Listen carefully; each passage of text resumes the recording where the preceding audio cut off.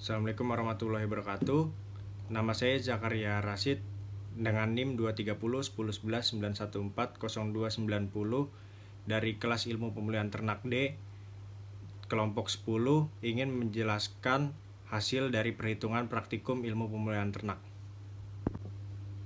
Yang pertama ada heritabilitas. Heritabilitas berfungsi untuk mengukur keragaman total pada fenotipik yang disebabkan oleh keragaman genetik aditif. Hal ini sesuai dengan pendapat Hermanto dan Syukur 2017 yang menyatakan bahwa heritabilitas adalah parameter genetik yang digunakan untuk mengukur tingkat keterwarisan suatu karakter dalam populasi tanaman atau suatu pendugaan yang mengukur sejauh mana variabilitas penampilan suatu karakter dalam populasi yang disebabkan oleh peranan faktor genetik.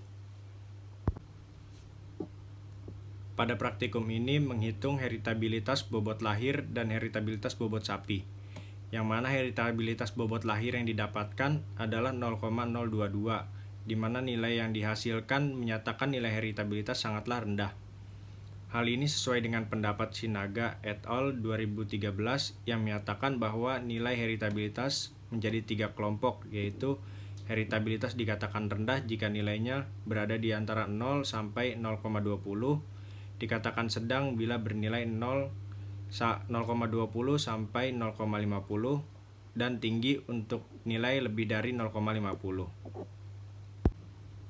Pada perhitungan ini didapatkan nilai FK 292,47, JKS 0,36, JKW 1,68, DBS 5, DBW 24, KTW-nya 0,07, KTS 0,072, KTHW 0,07, KTHS 0,0004.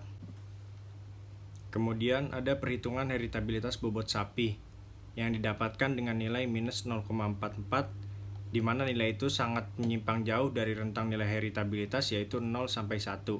Hal ini mungkin terjadi karena kesalahan pengambilan data dari lapangan atau tidak beragamnya data yang ada. Kemudian ada korelasi genetik antara bobot lahir dan bobot sapi. Korelasi genetik merupakan korelasi antara dua variabel atau parameter yang telah diketahui pada pembahasan tentang sifat kuantitatif. Hal ini sesuai dengan pendapat Telupere 2014 yang menyatakan bahwa korelasi genetik adalah korelasi yang disebabkan oleh pengaruh gen aditif atau nilai pemuliaan antara dua atau lebih sifat. Nilai korelasi genetik pada praktikum ini tidak ditemukan angkanya saat perhitungan karena disebabkan oleh faktor ketidakberagaman data yang diperoleh atau kesalahan saat input data. Rentang nilai korelasi genetik adalah minus 1 sampai dengan positif 1. Yang terakhir ada repeatabilitas.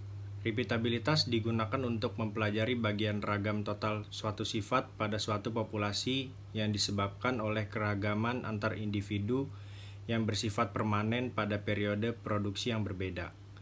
Hal ini sesuai dengan pendapat Ramadanti tahun 2019 yang menyatakan bahwa repeatabilitas adalah suatu nilai pendugaan yang berkaitan dengan pengulangan dan kemampuan ternak berproduksi guna membantu program seleksi untuk memilih bibit unggul.